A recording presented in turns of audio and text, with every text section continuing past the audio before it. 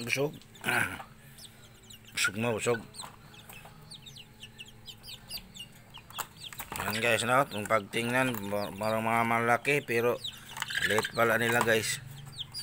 Ayan, no? Laki na. Pero ang late ng katawan. Yan pala ang kuwan guys, no? White Leghorn. Iba pala ang White Leghorn guys. Yung tapay lang niya malaki, oh. Ayan, oh. Malaki tapay guys, oh. Ayan, oh. Tapos ito, oh. Ano sila guys? Ito ang ating sinasabi sa inyo na Black Shamo pero White Leghorn lang pala ito guys, no? Naloko tayo sa mga nagbinta nito sa taga Cebu.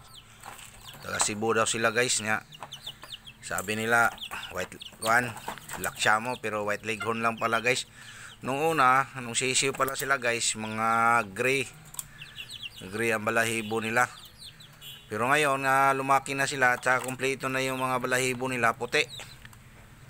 Pero hindi sila bantris guys, hindi sila kanang 45 days. Ibang klaseng silang manok guys, no.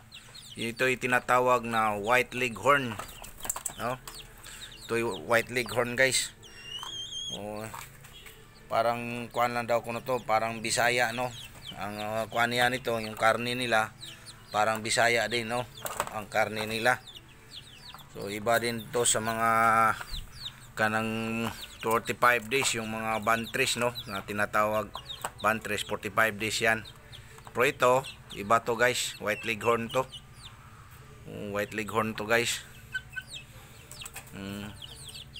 Yun ang ano natin, yung update sa ating manok, no. Ika 36 days na to guys, no. Isang buwan at 4 na araw na to. 36 days, no.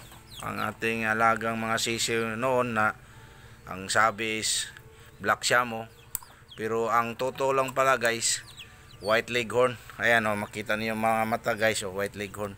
Hindi to bantris guys. Ayan, oh, White Leghorn sila. Oh, tingnan niyo guys yung ulo nila, iba sa mga 45 days or bantris. Ayan, oh. Diba? Malaki na sila guys dahil isang buwan na mahigit. So kala natin guys is Black Shamo, ito pala is White Leghorn. So ito guys ang ating update sa ating manok, no. 36 day na sila guys simula nung pagbili natin, no. So pagkain nila is 2,500 na Integra at saka yung tubig nila guys, ganun pa rin ang tubig natin. Hindi na natin hanaluan ng Bitrasin. Ito is kuan na lang, no. Kanang kuha na lang sila guys, kanang ang tubig nila is ordinary na tubig, no. Mineral pa rin pero wala nang halong Bitrasin. So yan na muna guys, no, ang update sa ating manok, no. Si Black Shamo na White Leghorn. So mga kabukid, ito ang ating update sa ating manok. So salamat guys, babos.